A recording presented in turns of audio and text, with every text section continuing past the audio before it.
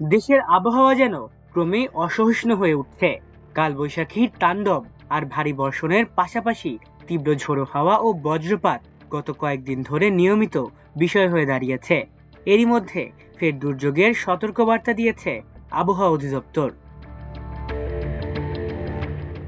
বৃহস্পতিবার ভোর 5টা থেকে দুপুর 1টা পর্যন্ত দেয়া বিশেষ পূর্বাভাসে জানানো হয়েছে দেশের বিভিন্ন অঞ্চলে ঘন্টায় 45 থেকে 60 কিলোমিটার বেগে দমকা কিংবা ঝোড়ো হাওয়া বয়ে যেতে পারে। এতে দেশের 18 জেলার নদীবন্দরগুলোকে 1 নম্বর পূর্ণ সতর্ক সংকেত দেখাতে বলা হয়েছে। সেই সাথে নদীপথে চলাচলকারী নৌযানগুলোকে সতর্কতার সঙ্গে চলাচলের নির্দেশনা দেওয়া হয়েছে।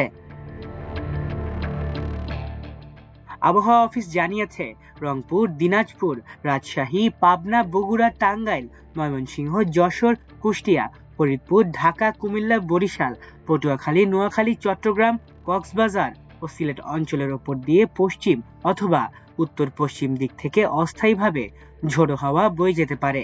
একই সঙ্গে বজ্রসহ বৃষ্টির সম্ভাবনাও রয়েছে। বিশেষ করে দুপুরের আগেই কিছু এলাকায় হঠাৎ কালো মেঘ জমে স্বল্প সময়ের জন্য তীব্র দমকা হাওয়া ও বজ্রপাত হতে পারে বলে আশঙ্কা করা হচ্ছে। আবহাওয়াবিদরা বলছেন, পশ্চিমবঙ্গ থেকে উত্তর বঙ্গোপসাগর পর্যন্ত বিস্তৃত লঘুচাপের বর্ধিতাংশের প্রভাবেই দেশের আবহাওয়ায় এই অস্থিরতা তৈরি হয়েছে। এর ফলে আগামী কয়েকদিন দেশের বিভিন্ন অঞ্চলে বৃষ্টিপাতের প্রবণতা অব্যাহত থাকতে পারে। ইতোমধ্যে দেশের অনেক এলাকায় গরমের তীব্রতা কিছুটা কমতে শুরু করেছে এবং বৃষ্টির কারণে স্বস্তিও ফিরতে পারে বলে ধারণা করা হচ্ছে। বৃহস্পতিবার সন্ধ্যা 6টা পর্যন্ত 24 ঘন্টার পূর্বাভাসে বলা হয়েছে, ময়মনসিংহ ও সিলেট বিভাগের কিছু কিছু জায়গায় এবং রংপুর, রাজশাহী, ঢাকা, খুলনা, বরিশাল ও চট্টগ্রাম বিভাগের 2-1 জায়গায় অস্থায়ীভাবে দমকা হাওয়া, বিদ্যুৎ চমকানো সহ হালকা থেকে মাঝারি ধরনের বৃষ্টি অথবা বজ্রসহ বৃষ্টি হতে পারে।